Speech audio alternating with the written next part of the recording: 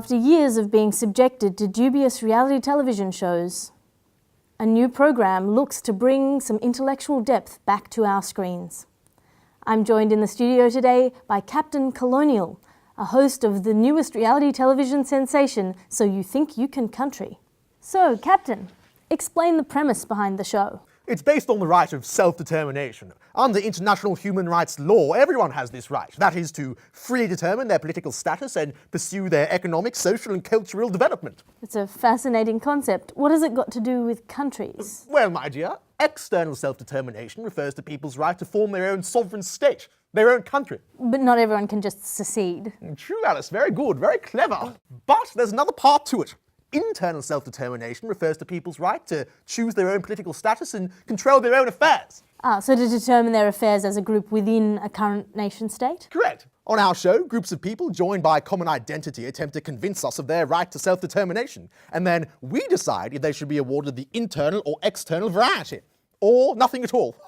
But everybody has that right. Who are you to be making the judgment? Well, I am particularly qualified on these matters. In fact, my great-great-great-grandpop was very influential in the Dutch East India Company. He drew national boundaries all over the world, so country making is in my blood.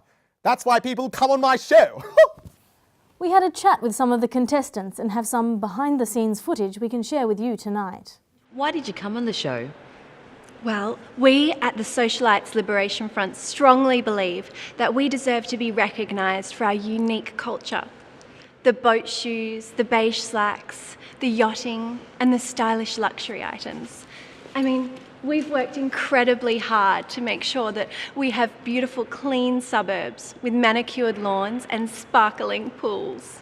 So we thought if we could be valued for our obvious worth and create our own country, then why not? What did you think of the Socialites Liberation Front, Captain? They made a compelling case. What? I was particularly moved by their unique contribution to the cultural fabric. They clearly deserve their own country. Let's have a look at what the other group had to say. Our people have been living on this land for thousands of years.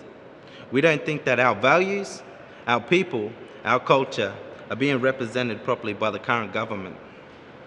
The right to self-determination will give us the voice that we've been fighting for.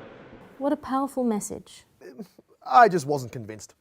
Surely if anybody needs the right of self-determination, it's the traditional owners of the land. I decide who gets to rule themselves and on what terms they get to do so. Not anymore.